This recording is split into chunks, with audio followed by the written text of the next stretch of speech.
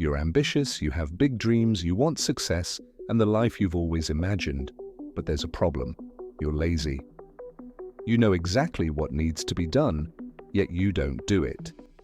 And that leads to guilt, because deep down, you know you're capable of more. This guilt lingers, growing over days, weeks, and months, until it turns into resignation, and when the new year rolls around, you find yourself chasing the same goals as last year.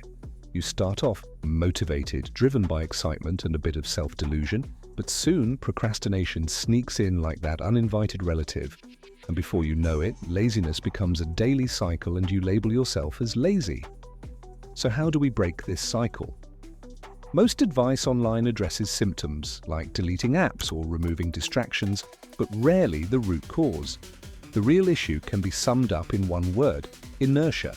In physics, inertia is the tendency of objects at rest to stay at rest and objects in motion to stay in motion unless acted upon by an external force, Newton's first law of motion.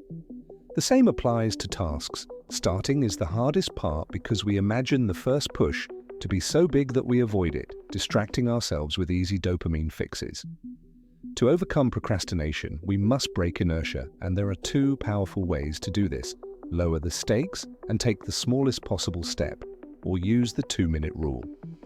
If you tell yourself, I have to write a 5,000-word essay, the inertia is overwhelming.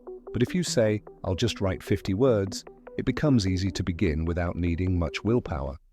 Likewise, tell yourself you'll do any task for just 2 minutes, cleaning your room for instance, and stop after that if you want.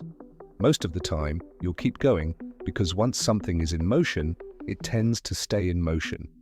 Momentum builds after the initial push, like a ball rolling downhill once it's over the peak.